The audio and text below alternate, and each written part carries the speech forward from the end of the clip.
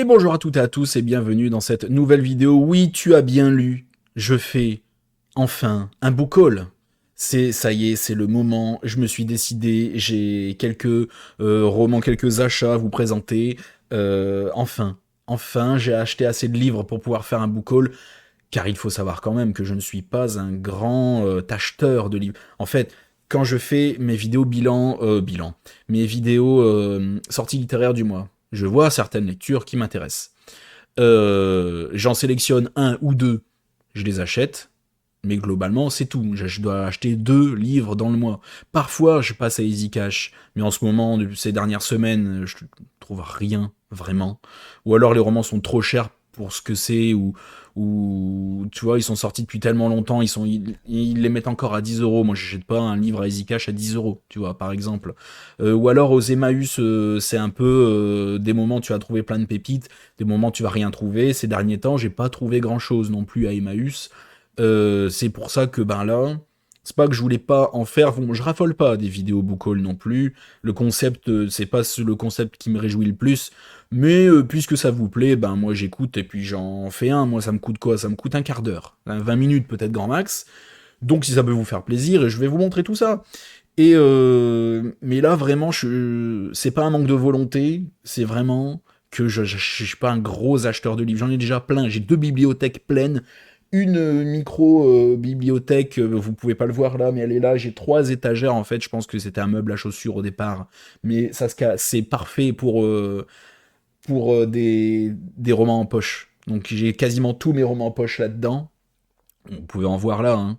Mais ça, c'est mon roman fantasy. Je parle de mes romans en poche, euh, polar, thriller et autres. Quasiment tout là-dedans. Et donc, j'ai tout est plein, surblindé. Il faut que j'achète une bibliothèque. Si vous avez une référence de bonne bibliothèque pas trop chère. Quand j'entends pas trop cher, j'entends pas au-dessus de 100 euros, s'il vous plaît. Même si c'est rare, en fait, finalement. Je suis preneur. Parce que je voudrais une troisième bibliothèque. Mais, j'ai pas. J'ai forcément les refs. Je vous ai cassé les pieds sur Instagram avec les lampes de lecture. Et d'ailleurs, merci beaucoup parce que vous m'avez tout envoyé plein de refs. Je vais être honnête, je vais pas retenir les à action, il y en a. Je veux pas une lampe de lecture d'action de merde. Je ne ferai pas ça. Mais j'hésite entre deux. On m'a proposé un tour de cou. Là. Euh, vous mettez autour de votre cou et les bouts, ça s'allume. C'est trop bien. Vous pouvez vous promener partout. Vous pouvez même aller vous lever pour pisser. Vous aurez la lumière pour vous éclairer. Magnifique.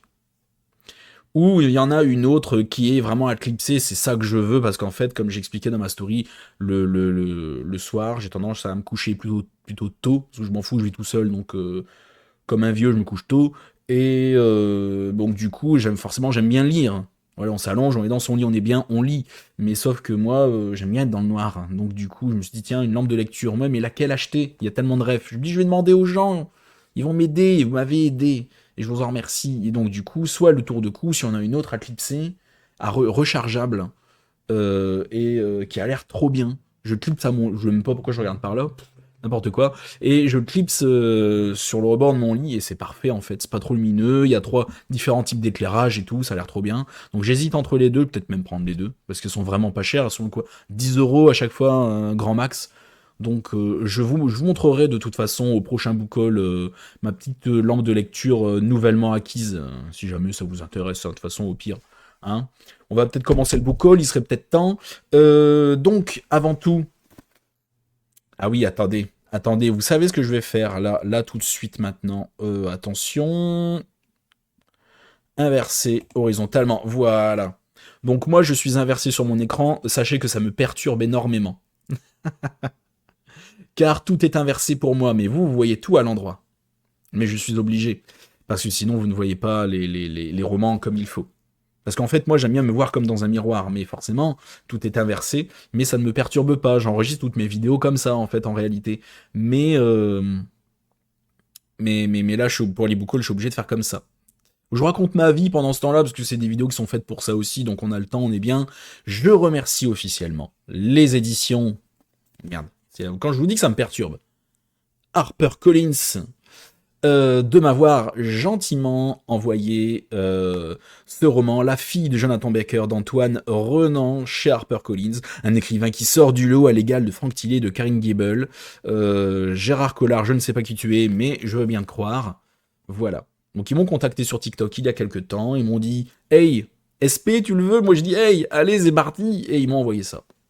Magnifique, je suis très content. C'est la première fois qu'une maison d'édition me contacte pour m'envoyer un livre. D'habitude, c'est les auteurs qui me contactent directement. C'est pas les maisons d'édition. Là, c'est la première fois qu'une maison d'édition me contacte. C'est un nouveau pas. Je suis très content de ça. C'est une première, une évolution, enfin, de mes réseaux, enfin, magnifique. Bon, alors, rien que pour ça, je suis très content. Ah, quand j'ai reçu le message d'HarperCollins, j'ai été super content. Je me dis, putain, c'est la première fois que ça m'arrive. Trop trop bien. Donc de quoi ça parle peut-être? Elle est la fille de l'un des pires tueurs en série emprisonné. Elle fut, enfant, impliquée dans son mode opératoire. Elle a refait sa vie, cherchant à oublier et à se faire oublier. Mais lorsque le sang se remet à couler, Jessica Baker se trouve de nouveau au cœur de l'orage. Vous avez aimé l'empathie? Alors à coup sûr, vous allez adorer ce nouveau polar d'Antoine Renan. Et donc oui, c'est la fille d'un tueur en série. Et donc je me demande bien en quoi elle se retrouve impliquée, la couve. Donc je vais peut-être enlever le bandeau. Pas plus mal. Voilà, pour avoir la couve en entier. Couverture que j'aime bien. Hein. Est-ce l'aurore ou est-ce une forêt en feu? J'ose espérer que c'est l'aurore quand même. Derrière, pareil. La même. On dirait une forêt en flammes des fois, hein, vu la lumière un peu. Mais moi j'aime beaucoup. Ça a l'air trop bien quand ils m'ont. En plus, j'ai pas encore lu Antoine Renan, j'ai pas encore lu l'empathie. D'ailleurs, il paraît que c'est très très bien. N'hésitez pas à me dire si je pourrais potentiellement aimer pour ceux qui me connaissent, qui connaissent mes goûts en tout cas. Et donc oui, franchement, ça peut être génial. Ça peut être trop bien. J'en ai entendu énormément de bien. J'ai plusieurs potes chroniqueuses qui l'ont lu et qui ont fait d'excellents retours. Donc je suis très impatient. Une fille de tueur en série, il va lui arriver des dingueries, elle va être plongée dans une histoire à cause de son père, j'imagine. Allez, au suivant. Quelle journée? Samedi dernier, je suis allé à la foire du livre de Bruxelles, accompagné Emma Léane. D'ailleurs, c'est une de mes meilleures amies et elle est autrice de romance chez Sharon Kenna Édition. Voilà, c'est la petite pub gratuite. Si vous aimez la romance, sous toutes ses formes, allez chez Sharon Kenna. Il y a plein de choix. C'est pas des couvertures avec des mecs à poil partout. Il y a pas de putaclic. C'est des vraies histoires. Voilà. Si vous en avez marre des romances avec des couvertures avec les mecs qui me font à poil tout le temps, allez chez Sharon Kenna, il n'y a rien de tout ça, c'est des romances plus authentiques. Voilà, voilà. C'est pour moi, ça me fait plaisir. C'est une pub gratuite chez un mec de polar, on voit pas ça tous les jours quand même. Et donc, il n'y avait pas tellement d'auteurs le samedi qui m'intéressaient, parce que je crois que le salon avait commencé le mercredi, donc mercredi, jeudi, vendredi, samedi, dimanche. Et sauf que les auteurs qui m'intéressaient étaient là le mercredi, le jeudi, le vendredi. Mais sauf que moi, je travaille la semaine. Je travaille. Et donc, je ne peux pas y aller. Et surtout qu'Emma Léane, elle avait... elle était sur le stand de Sharon Kenna.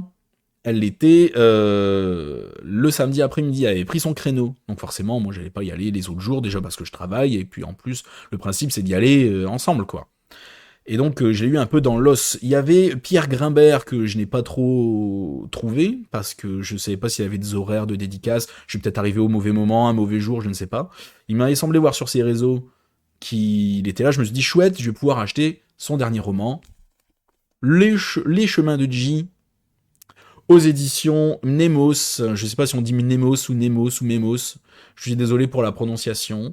J'ai certifié à la dame à qui je l'ai acheté sur le stand que j'allais faire un retour sur mon Booksta et mon Booktube et mon Booktok.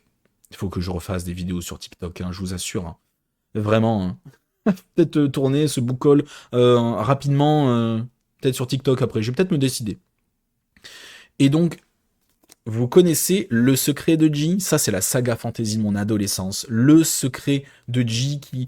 Et il y a d'autres romans. Le Secret de J, il y en a deux. Il y a d'autres suites aussi. Il y a Les Enfants de J, puis il y a d'autres trucs de J. Il y a plusieurs romans. C'est toute une saga fantasy.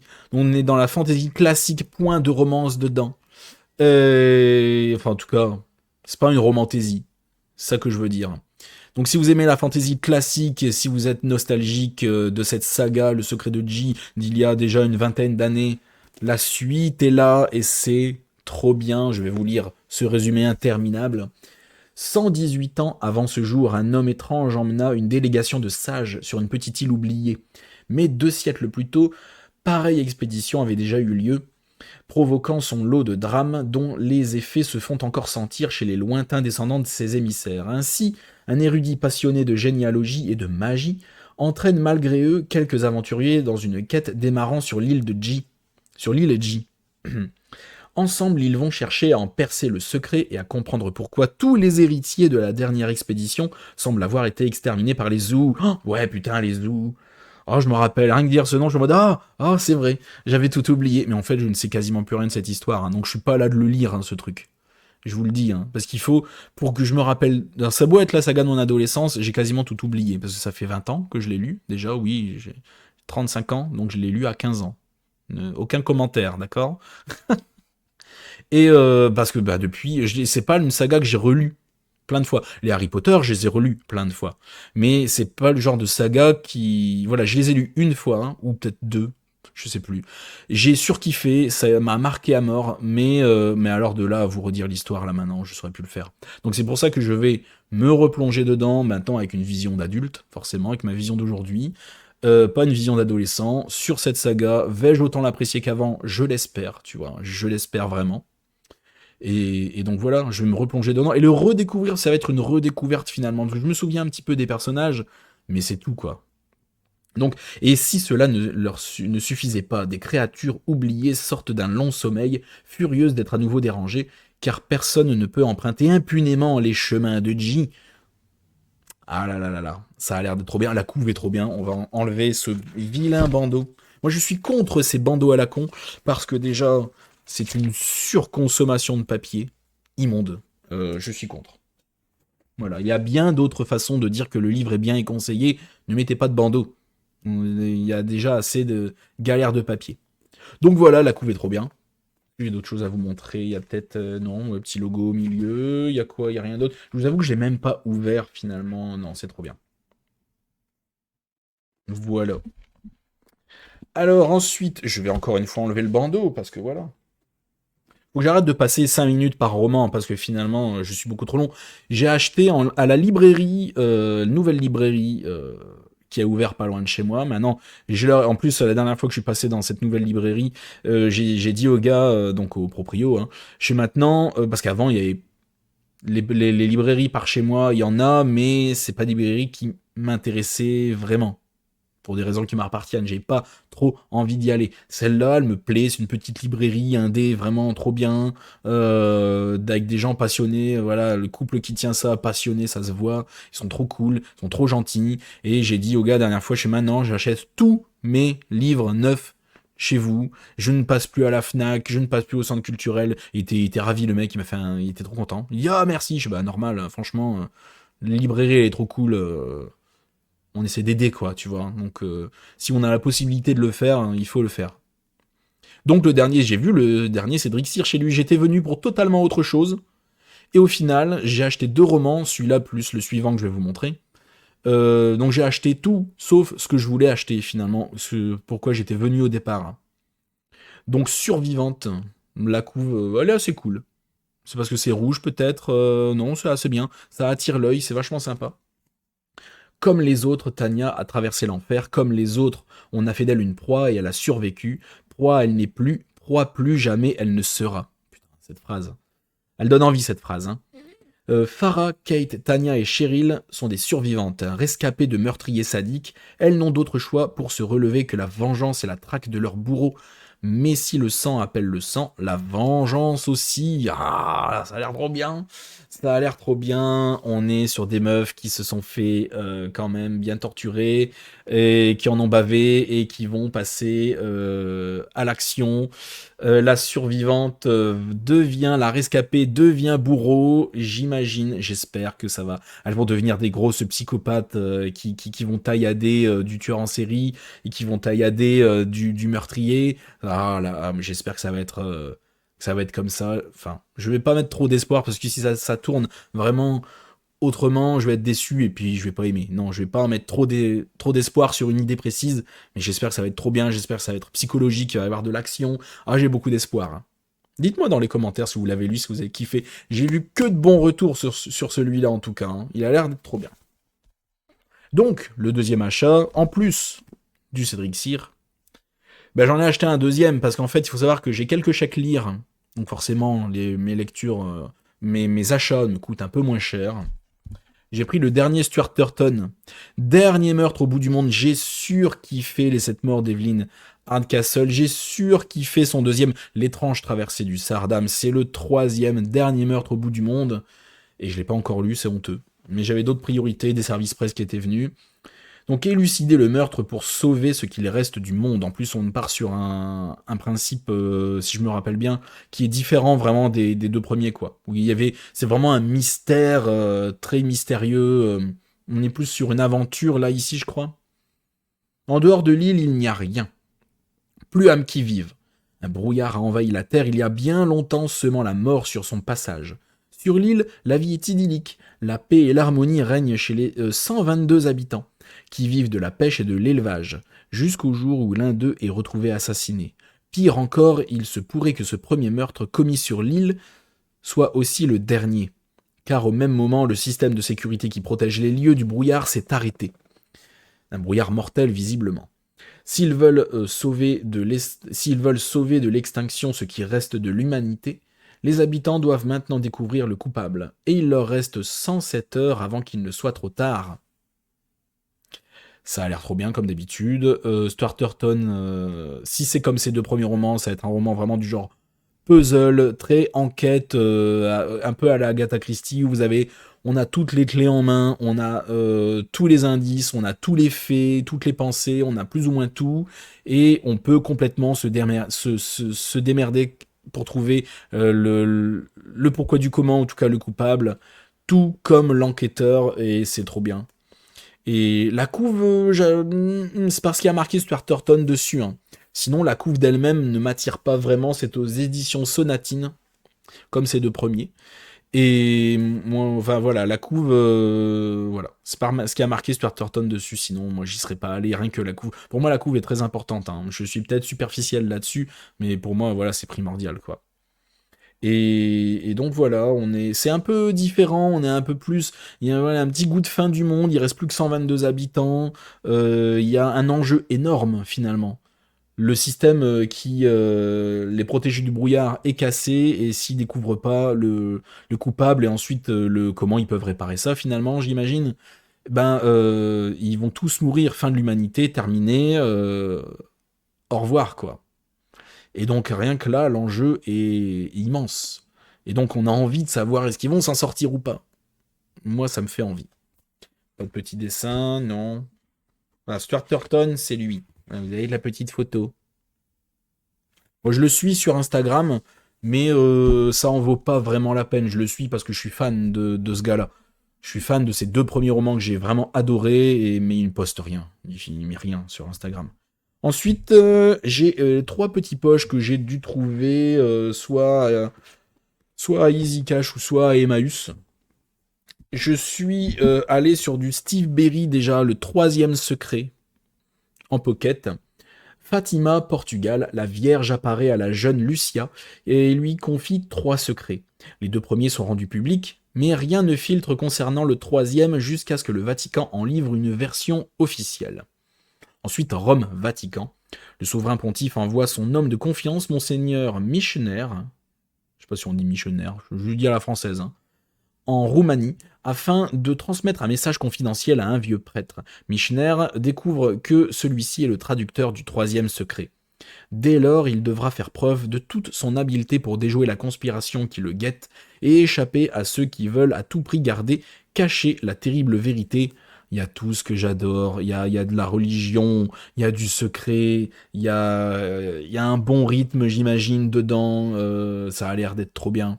J'adore ce genre de roman sur fond de religion. Il y a des complots. Qui dit religion à une certaine période dit forcément sans, parce que voilà, on sait bien que l'Église a jamais été toute blanche, elle l'est toujours pas aujourd'hui, tu me diras, hein, forcément. Mais ouais. Ah là là, moi j'aime bien tout ça, moi ça me procure des émotions. Ben dans le même genre, toujours un Steve Berry, le complot Vatican, une enquête de Nick Lee chez Pocket, 1209 sud-ouest de la France, chargé de la croisade contre l'hérésie cathare, les dominicains poursuivent dans l'ombre un autre objectif, en finir avec une société secrète, les Sœurs Servantes de Saint-Michel, dépositaires de reliques datant des premières heures du christianisme. Je me demande bien l'enjeu qu'il va y avoir avec ça. 1428 Pyrénées, l'Espagne est occupée par les musulmans, les Maures, M-A-U-R-E, les Maures, voilà. Les Maures mettent à sac l'église et couvent. Et à la frontière, un homme leur échappe de justesse grâce à l'une des servantes de Saint-Michel, qui va bientôt lui dévoiler les mystères de son ordre. 2022. Gand, Belgique. Je suis passé pas loin du coup de Gand en allant à Bruxelles. Nick Lee travaille pour l'UNESCO à la sauvegarde des œuvres d'art en péril.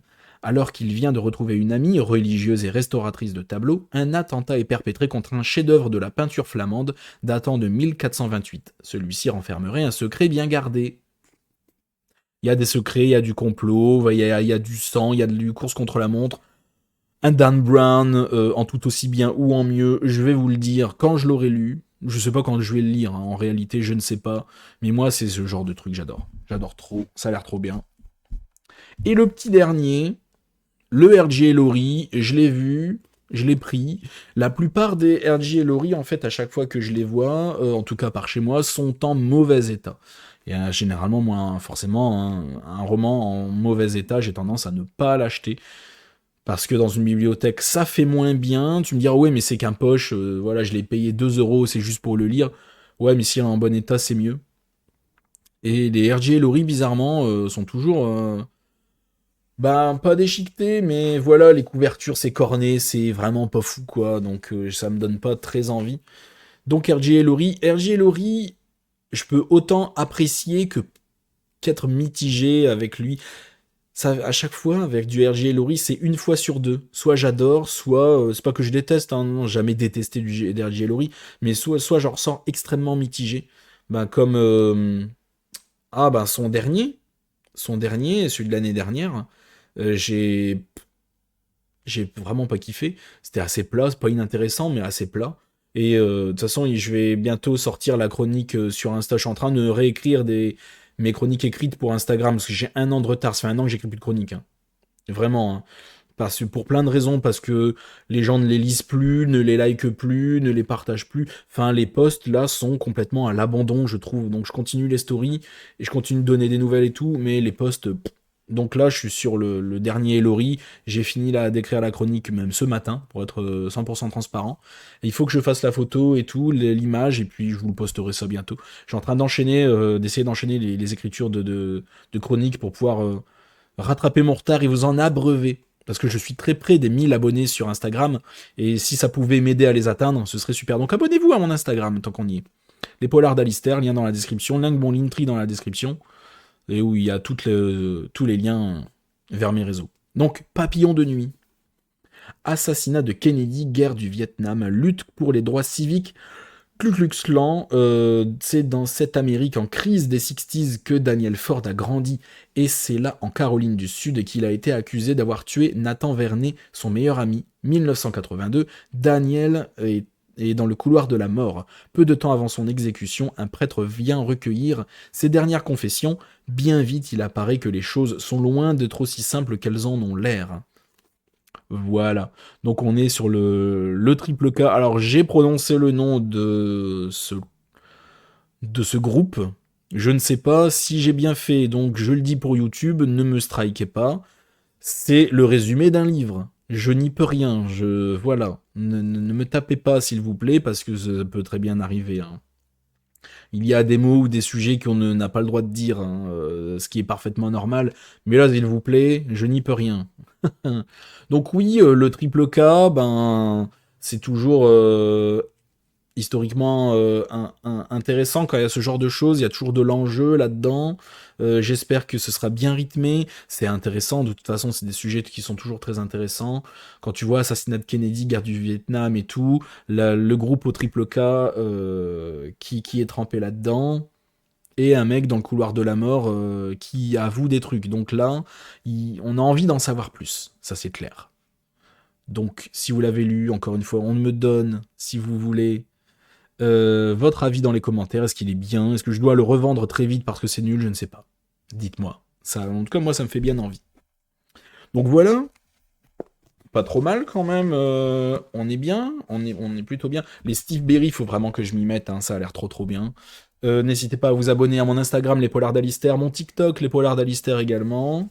Abonnez-vous à cette chaîne YouTube. Merci à tous d'avoir regardé la vidéo jusqu'au bout.